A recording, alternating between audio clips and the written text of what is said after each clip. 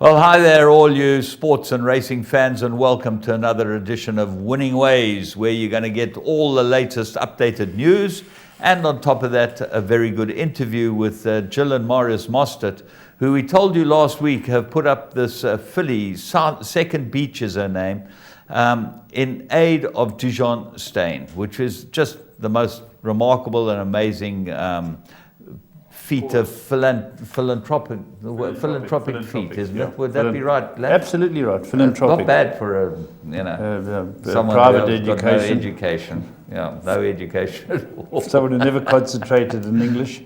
Yeah. Are you looking? You look like you're in pain because you said it's doubled up and. No, it's more comfortable like this. But more comfortable. When I'm sitting down, I'm in pain. Yeah. Okay. Well, the point is that what they've done is absolutely amazing. We've already got bids. I think we're just under 100,000. Just under 100 now. Yeah, it's going well. It closes tomorrow at midnight, but that's all. Tomorrow midnight. So we'll chat about that. Let's go straight into our sports and have a look what we got. Rugby obviously was the flavour of the weekend. Yeah, fantastic to watch rugby like that, Jim. I love that international rugby. The All Blacks looked very good. England looked very good.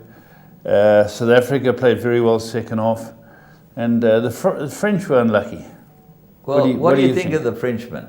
They were very good. They played a very good game. You know, you've got to start learning that you can't spear people, you can't high tackle. You know, the Beast was lucky not to get a red.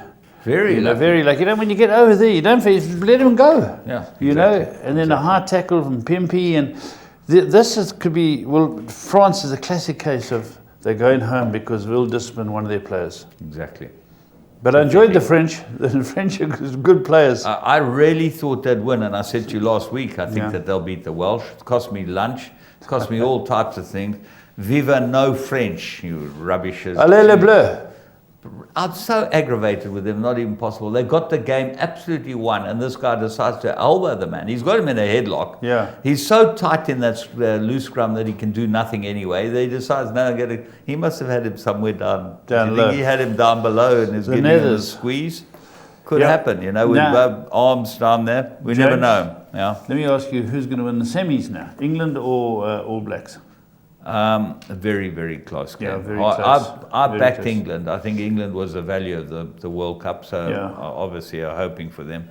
But it's going to be the bounce of the rugby ball, that game. The other game, South Africa. Keeping 15 players in the field. Yeah, South Africa will beat Wales. Okay, so we could have a final coming up. I know, we're definitely getting to the final. I'm very sure of that. Now, you will openly talk cockily about soccer today because your team hasn't played this weekend yet. Yeah, well, what happened with Tottenham?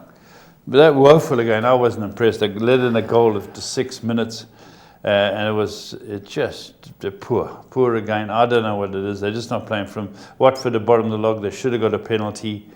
Watford should have beaten. Yeah, we played at home too, in front of 60,000 Spurs screaming supporters. Spurs supporters. Come on, you Spurs! They're screaming, aren't they? Yeah, come on, you Spurs. Yeah. And so what do you do now? What do we do now? We have to keep playing on. We've got Liverpool away. You know, That's going to be fun. That'll be a lot of fun. Liverpool-Man United game? Good game. United raised their game. They played well. Again, I thought the VAR decision was right on the goal because it was a long way away. The ref called it not a foul play on. They went through and scored. And there was a handball for Mane's goal, correct call. And then they got a good equaliser. So Liverpool march on, but it was good to see Man United stand up again. Man City looked quite impressive. Very good. Yeah. Very good. Chelsea looked good as well. They only won 1-0. My mate Alonso scored. Yeah. But they look good. But tonight your team play. Did you meet him in Dubai, Marcus Alonso? I met him in the Ark when we had Harry's son there. I spent time with him in the Ark and in Dubai. Yeah. Nice guy. Very nice chap. His uncle helped train Harry's son when we had it in Spain. We had to have another trainer's name. Was Marco Alonso's uncle. He played for Real Madrid. The other brother played for Barcelona. So I was in my element. So they can play soccer. They can play. Okay. Cricket, we can't play cricket. Jim, it's got me so on to watch. It's actually pathetic. It is. I don't think anyone watches. I mean, even the Indians don't go to watch. The grandstands were empty. Yeah. No one wants to go and watch a one-sided game with a bunch of amateurs. We've got guys there that really are not first-class cricketers. They're not even international cricketers, never mind first-class cricketers. Not good enough, Jim. Not good enough. Golf, Nicolas Colsaerts won the big French Open, which was fantastic. George Coetzee one shot behind, 2 shots behind at the death. He had his chance. But I'm very pleased for Nicolas Colsaerts. He's a lovely chap, Belgium guy. Was going to lose his card. What does that mean? It means he doesn't get his playing card for next year. He was too far down the order of merit. But now he's bounced back. Got his playing card and exemptions for a couple of years. So it's This shows how good they are. Yeah. Well, he hits it long, Nicolas Colsaerts. He hits as long as most people on the tour. And he's just gone through a bad patch. You know, normally it's a short game that gets him. It's not their long game. Yeah. You know, and they just go through bad patches. So it's great for him to win. That's a sport. We've got obviously the semi-finals on the weekend, and we've got a couple of horses we should be looking at. So let's go and pick them up.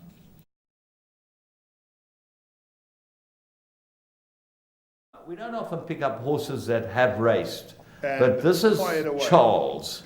Yeah. And I thought this was extremely impressive. He's been gelded, hasn't he? He's been gelded, first run back from gelding, and this is he's not a 7 furlong horse. Yeah. But he put this field to bed. Yeah. Twist of Fate on his outside. Yeah. A little bit. Yeah, the yellow cap, a bit keen and wide, Yeah. And then Charles is behind him, and it really is a very, very good win because he quickened up in the manner of a top horse. And I think that he was a 6 million rand yearling. Yeah, smashing pedigree. I think he's a trippy, smashing pedigree. Yeah. And he'd run a place in the Derby up here, and he'd just been off them. They tried him in the Daily News as a 3-year-old, and he hadn't quite come up to it. So he decided to give him the unkindest cut of all, run him from this deep draw, and I thought it was a sparkling performance. Well, when you look at it in the true context of it, because I think he's a mile and a quarter horse at least, he just quickened up in the hands here. You can see he's got an absolute double handful, Charles, and he goes on to win without even drawing a deep breath. Keegan DeMello rode him. Yeah. And Keegan, a very good rider, very good young rider, this guy. Yeah. And this is absolutely scintillating. Yeah, very good win. 1 or 2, and he just strides away from them. So that was a very good run. Yeah. Sacred Arrow, 50 cents, both got chances. Yeah. I think Charles may be a horse worth having a close look at. He could be a Met horses, you know. No, he's been gelded. That performance suggests he's right there, you know. And he's a good horse, Jim. Yeah, he's certainly, when the Met Anti-Post betting opens up, his horse you take a chance with. The other one we picked up was Vol, 17th of October. Michael Azzi stepped this one out. I think it went a mile first time, 2,000 mile first time out, called 7 Patriots. And this horse was in the mix right till the death. It was a work riders race day. Work riders, very good. One of the work riders was terrible. Sam Messier ran all over the place. Yeah, I and saw ended that up in the Austin's blue colours. Yeah, of Paul Peters. That should have won a minute. All you have to do is keep your hands still and run it straight.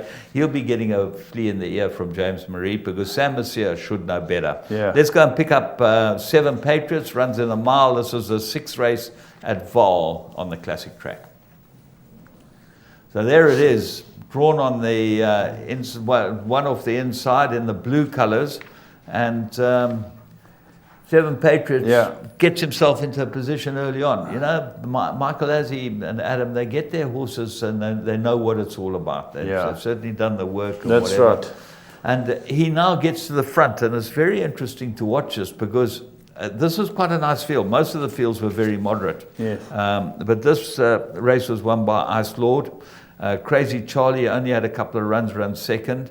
Arnica Montana, we know him, he's been he flopped a bit here on the poly, he didn't seem to get hold of the poly, and they took him back home, and I thought he'd be a hard horse to beat here, but I think he placed 4th or something, a little one paced.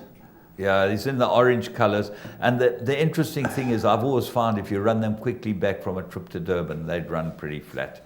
And I think that's what he did here. But you'll see that he never gets a blow in. This horse is still in front, the 7 Patriots. They said him go out earlier. Yeah, and he's gone for the doctor.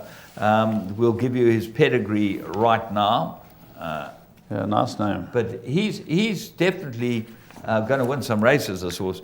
He's by Soft Falling Rain. That's right. Out of a hard spun mare, bred by Shadwell. and Del Brennan owns him. But here he's still in front. Now they get him one on either side. He's just had enough. But Yeah, I mean, he's had enough. Yeah, he ran. This is a very good run. cracking Very good run. Yeah.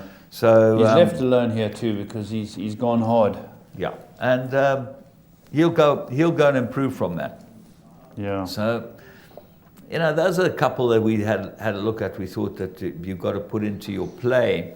Now, Sunday's racing was very interesting because we had an objection on Sunday in race 4 involving the winner and the second. By my news, the jockey of the second horse, Billy Jacobson, objected against the winner on the grounds of Intimidation, I think. intimidation. Okay, so let's go and pick him up at the straight in the race, and then we'll watch the head-on. We'll chat through it so that you can see what happened. And Yeah, we're starting to throw a few objections out there, let the public have a look at what goes on. And it's interesting to see because the winner first time round is in front. The eventual runner-up isn't, eventual winner is in second. Yeah. So these two have drifted to the outside, Jim. well, they're in the middle of the track now, and they end up the winner drifts back onto the horse, and he's now getting a hard ride, but he's just not making any impression. The winner's got the stick in the left hand, now moves the stick to the right hand, and you'd wonder whether there's actually any interference at all here. I don't think that the second horse was going to beat the winner. Let's have a look at the head-on. You know, Let's 'cause have a look that at the doesn't head-on tell and you see. too much. That. Well, that's the point. Is here we'll see the head-on. Okay, now they're both drifting across. They're nowhere close to each other. There's certainly no bumping. No, but he has And carried he has him. drifted He over. has drifted right over. And James, short head. Short you head, can yeah. see there's an argument for both sides, you know. Absolutely. Well, that's the point, is that you sit and look at an objection like that. You can say, well, the winner was unlucky to lose it, and secondly, the winner deserved to lose it. Yeah, that's right. Yeah, It's a 6 very of one, half a objective, dozen yeah. of the other. But I've seen enough of them to believe that they never take the race away. With Stradham, I've seen Stradham run all over the racetrack, take everything with him, never touch anything, and never ever gets demoted. Here, they got demoted. Yeah, I think the fact Consistency is what you want. Absolutely, and it's difficult. You know, it's like VAR in football. There's so many decisions that can go either way, and this was a go either way. I think the short head might have been a factor. You know what my point is, and I think this is the only point we've been saying for years and years and years. There should be one boardroom which holds all objections. Like a VAR room. VAR sits in London and they get all the games. Sitting in the jockey club. Yes. Ken Truter and your merry men can get involved with this. If you watch a show, now it's not on Teletrack, you might be able to watch it, but if you've got data or whatever. But there should be one board of stewards who sit on it. So then you get consistency, because then they say, I saw one in Johannesburg 2 weeks ago or 3 weeks ago. The horse ran from the inside to the outside.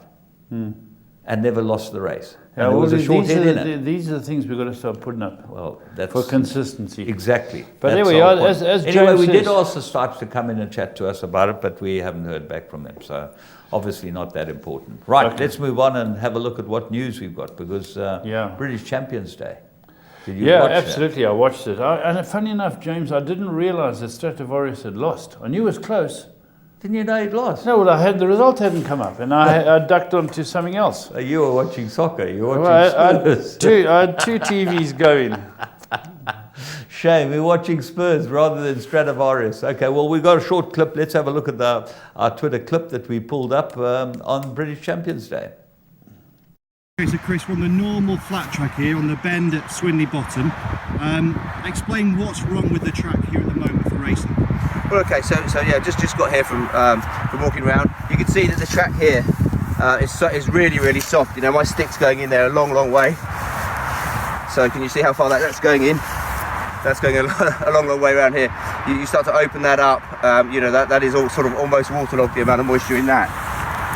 So clearly that's not, you know, that's not really safe enough to run horses around. The other problem you have, of course, is that also you've got little bits of warm ground here from previous meetings where there's moisture. Just isn't a very good example here, but if you move on a bit more, you'll see it more clearly. There's places here, you know, where there's where there's very soft ground here with little root structure where it's been slightly worn. You know, those places are false, and you know, you wouldn't really want to be running any horses around on that kind of ground. Yeah. Whereas if we come back onto the inner track, which is you know, essentially the kind of hurdle course with a different kind of bend alignment to what we would normally have hurdling, and if we come over here, Lee, I can sort of put my stick in on this ground here, and you can see where it is. This is the ground we've got. And what would you call this ground here, Chris? This ground is soft, actually. But this is an exception this was good to to soft last night, and we've had over 5 millimetres. We had 5 millimetres in the gauge, in my gauge at home, and the lads told me 6 millimetres in their gauge at the workshop since I walked in at 5 o'clock. This ground is soft. And the rest of the track, though, on the inner flat track, the hurdles course that we're using on Saturday, that will be mainly good to soft? Mainly good to soft, absolutely. There's only a little bit of soft ground that I found so far, and that's really between kind of the mile marker just before Swinley Bottom, coming down there just before Swinley Bottom, and you'll be yet to walk the rest. But the straight will be mainly good to soft. Coming down the hill, mainly good to soft until you get down here, and I anticipate finding mainly good to soft ground coming up the hill and around the bend turning into the home straight. Well, I thought that was fascinating because that shows how the British track manager, and that's the manager at Ascot, the track manager, measures the going. No penetrometers when are they or going to flare modernise? You've got a penetrometer that gives a weight falling down. It's precise, not. Well, he knows on that stick of his, you've seen it done a bit of work, okay, that it went in double the depth on the outside track to on the inside track. So that's why they moved to the inside So track. if someone says to him, what is it, he estimated as soft, extremely He said it soft, was heavy. slightly or heavy, whatever. Whereas if you've got a proper penetrometer reading saying it's 38 here and it's 26 there, people understand. Amazing, eh? Yeah, well, Pounds, shillings and pence. English that's race. Ascot, the biggest race day of the year. That's how they measure. They still got furlongs. Yeah, they still got furlongs, But pounds, shillings there you and go. pence. That's the great beauty of British racing. And then anyway, they moved the track to the inside track, which is not the track at all, but it's a track that they've got there. And it's the first time ever that it's been moved there. And let's see what happened. There was, I think we got a quick montage of exactly what happened on the inside track at the British Champions Day.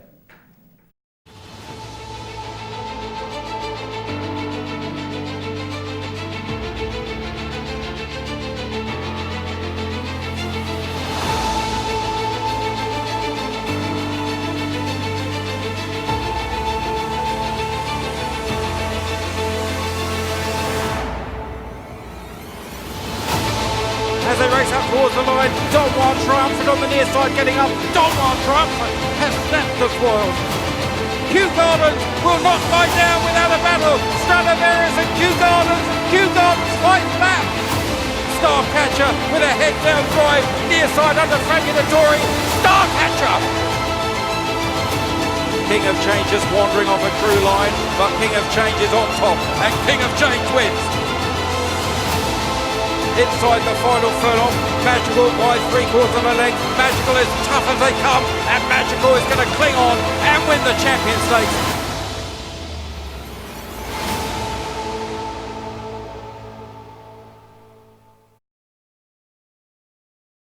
Well, there you go. Stradivarius obviously was one of the big high points, getting beaten. It looked like he came to win it, and then the others fought back. Eh? Yeah, Kew Gardens. Simon Holt. The difference is he'd been prepared the whole year for this race, Kew Gardens. Stradivarius has won the British Champion Stayers and the whole thing. He's been racing. And eventually, they get beat. Yeah, it's happened to all of them. You know, Magical was the most amazing performance. She ran 13 days ago in the Arc. Come to... If you sound your race, it's a good policy that he's got that... O'Brien, it's like saying, oh, we're not going to play next week in the semi-final of the World Cup. We've already got 6 days off. Well, there's always this thing about sportsmen, and it always interests me, how they say, oh, the turnaround time's too close. Soccer players are the worst. They do no exercise. And they 3 days, they can't play another game because they're really too tired. They play. You soccer players are a bunch of pansies. I see them dive all over the place for nothing. They don't even get Show me a fat soccer player who's not a goalie.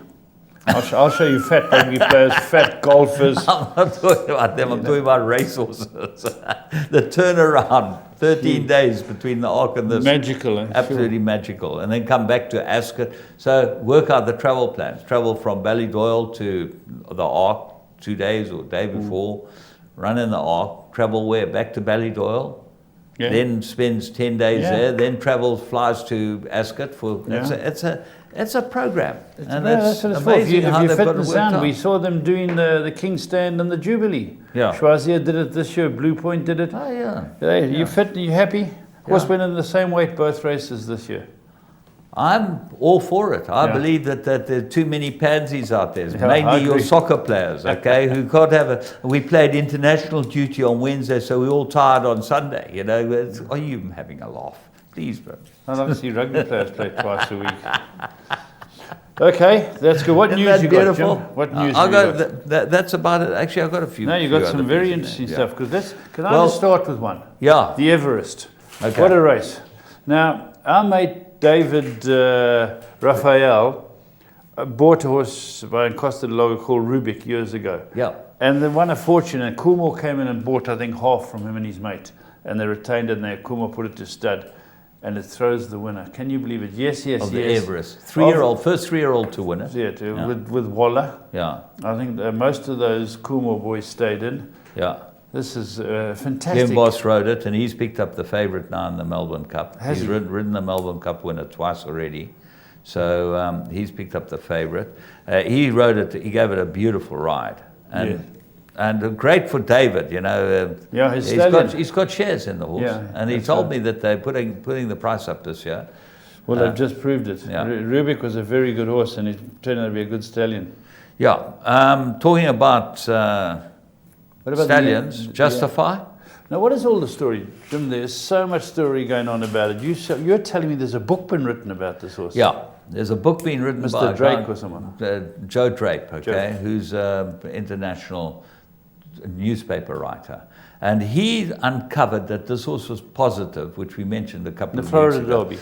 Positive was scopolamine, which is apparently comes in Lucerne and, you know, Hayes and that type of thing.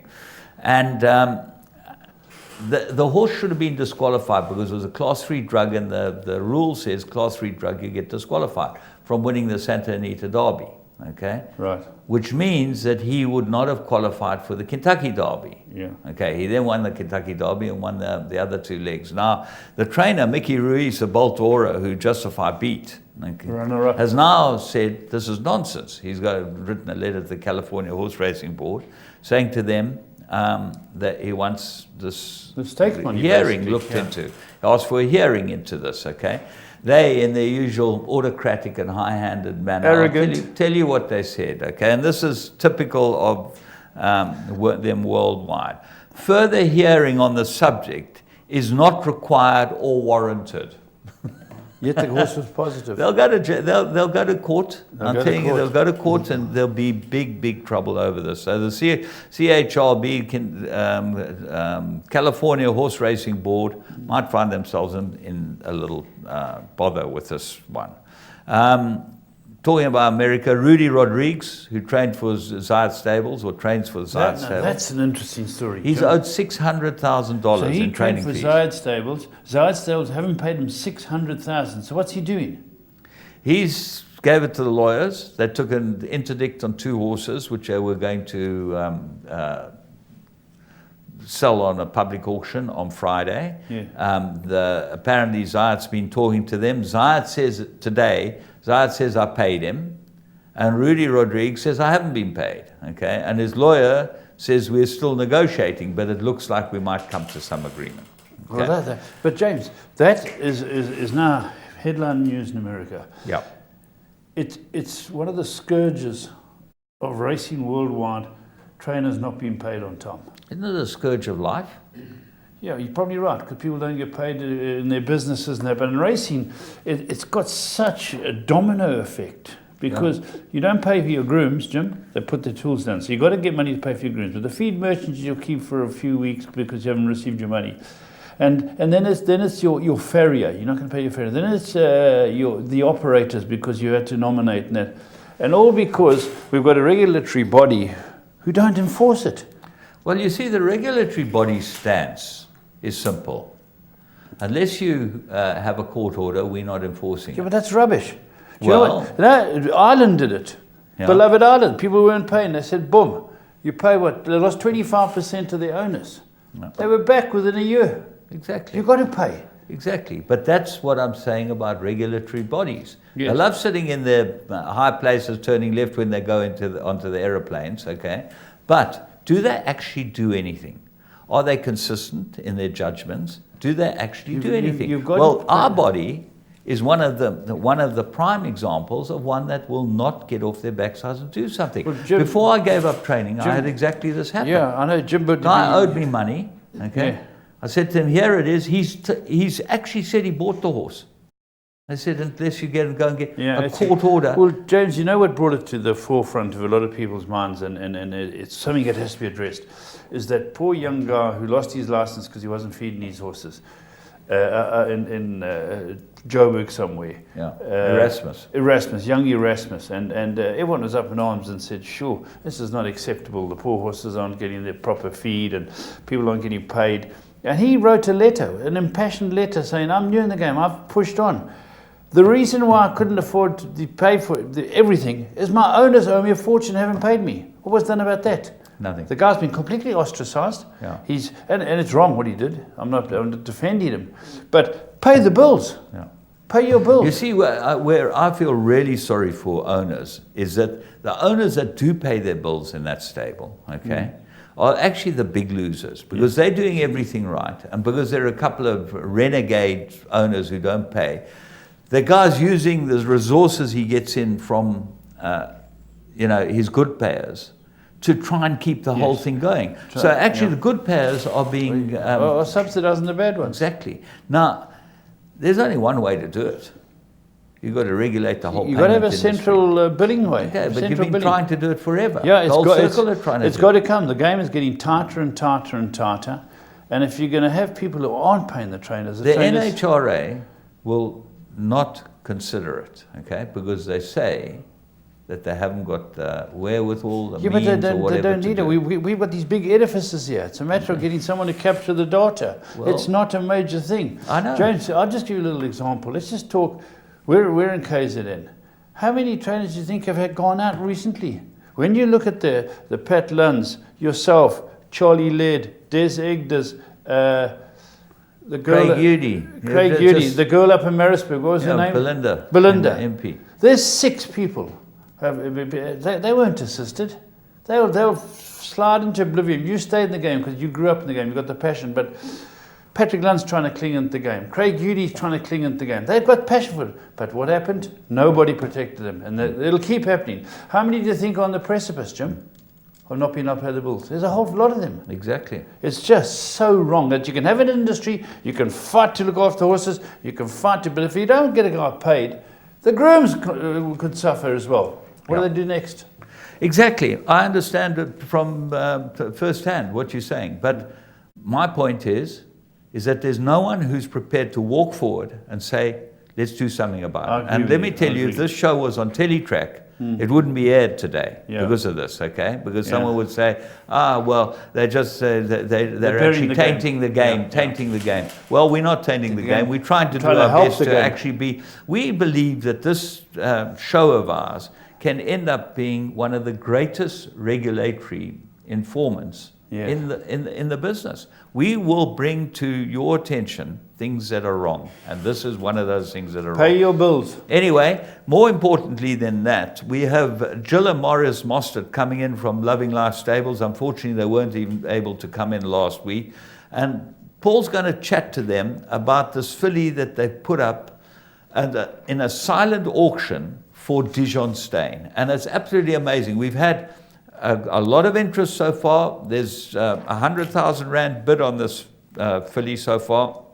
We started at 70. This filly cost 100,000 Rand at the Cape Thoroughbred Sales in January. Her name is Second Beach. Okay? By Master of My Fate. By Master of My Fate. You can go and look her up. She's got 205.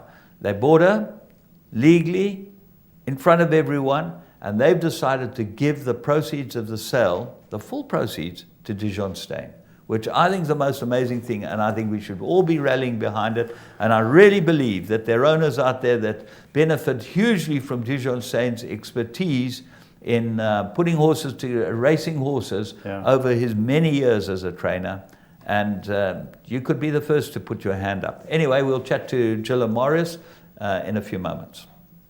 Hi, and welcome back to our next segment, which last week we spoke to you about the plight of Dushaan Steyn. Dushaan Steyn has been a familiar face in racing for many, many years, and unfortunately, due to ill health and not having a medical aid, he's finding himself in a situation with mounting bulls. And we told you last week that Loving Life stables have come forward, which is Marius and Gilly Mostert, who have the Loving Life stables, have come forward and put a horse up for auction. And the auction goes until midnight tomorrow, but people have come forward and kindly bid on this horse. It's a Master of Fate. I just want we might have the pedigree come up any moment, but yes, you know, Master of Fate is doing very well. And they bought this horse some time back. But I've got them both in the studio. There's the pedigree. You might have to lighten it up a bit, but there it is. Firstly, welcome to both of you. Marius and Gilly, thanks very much for coming in. Morning, thank you. Morning. One morning. The first thing I've got to say, I'll start with you, Gilly. I think it's an absolutely wonderful gesture, and it's what the racing people need. You've got to give. Thank you, Paul. Thank you for having us.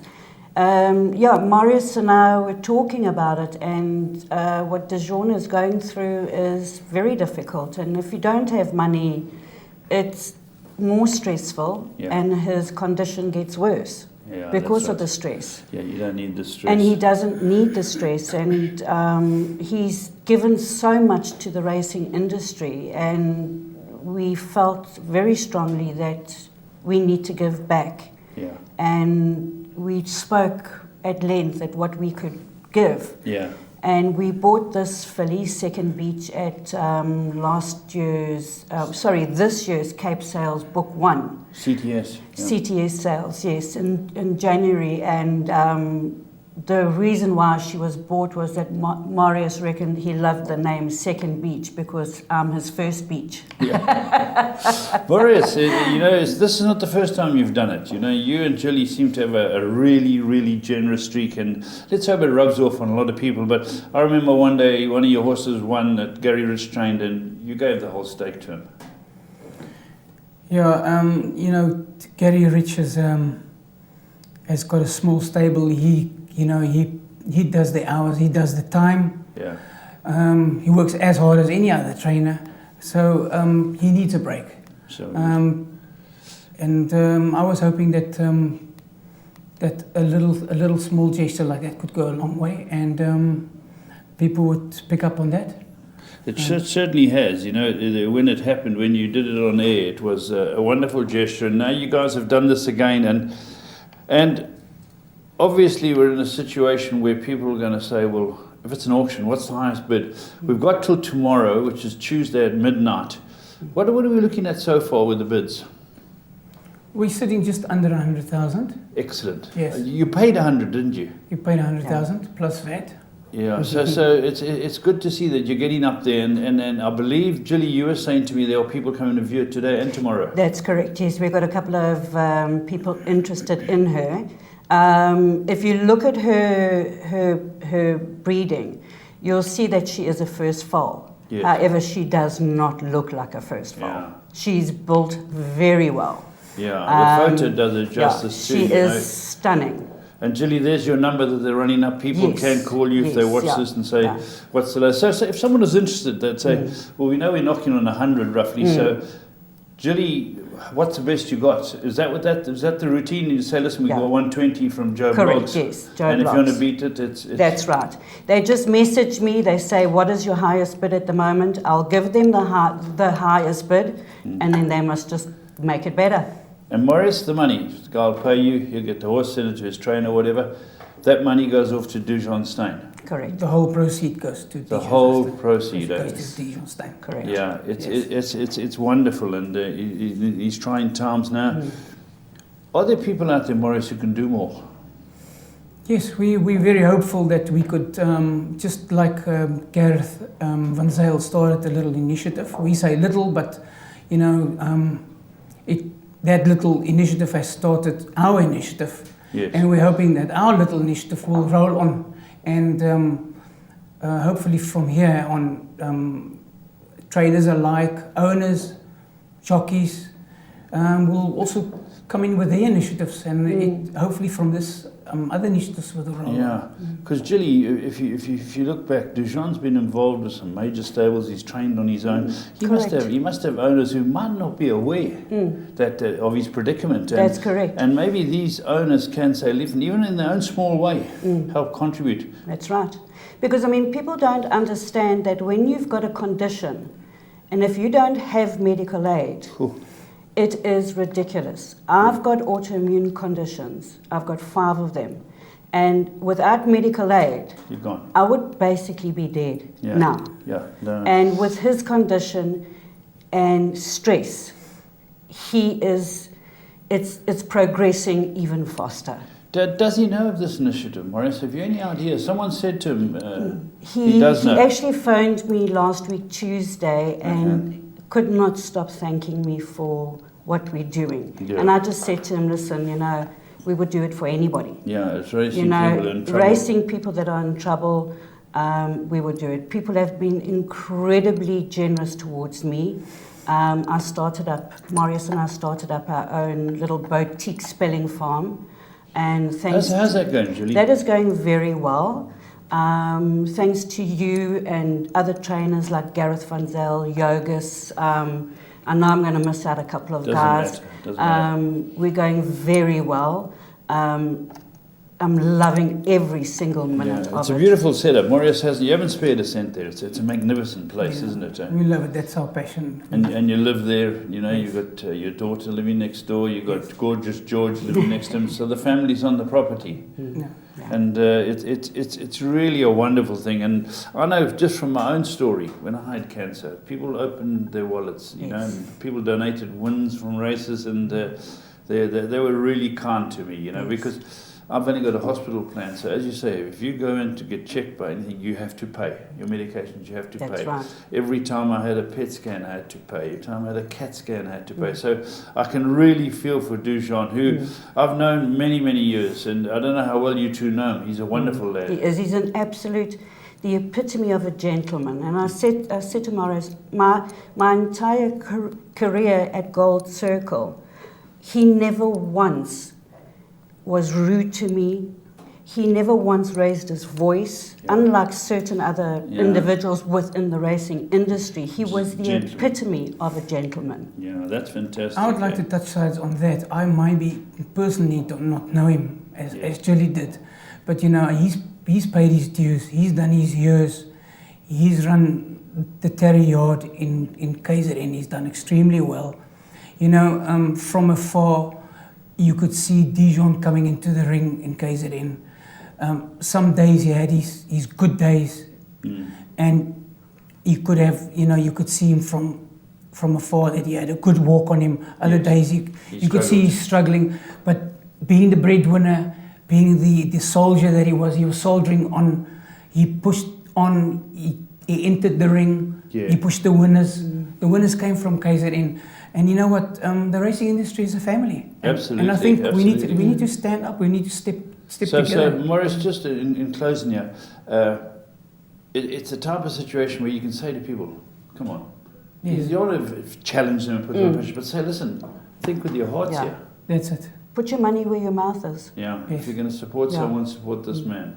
Yeah. Well, all I can say, it's a wonderful gesture. Let's hope it goes above 100. And people will enjoy your place when they get out there. People who come and view it will love your farm. I can endorse it. Please support us. Yeah, excellent. Thanks very much for coming in, both of you. Thank you, Paul. As you can see, it's a wonderful gesture, and that's what the racing industry needs. We need more people like the Mostards, and there are a lot of you out there who are unaware of his predicament. So give it some thought, and let's hope we make sure that he's comfortable.